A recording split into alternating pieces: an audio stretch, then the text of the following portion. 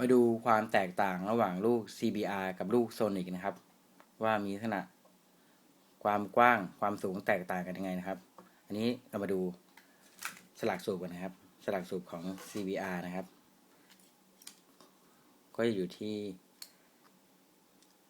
15มิลนะครับความหนานะครับส่วนความยาวของสลักสูบนะครับก็จะอยู่ที่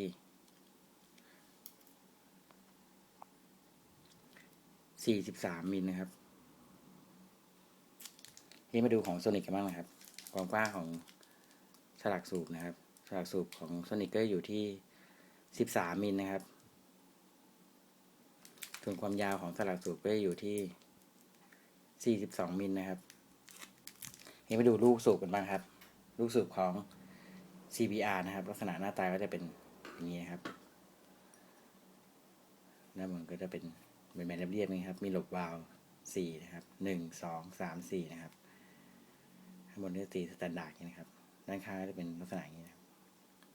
ความกว้างของลูก CBR นะครับก็จะอยู่ที่63.5นะครับ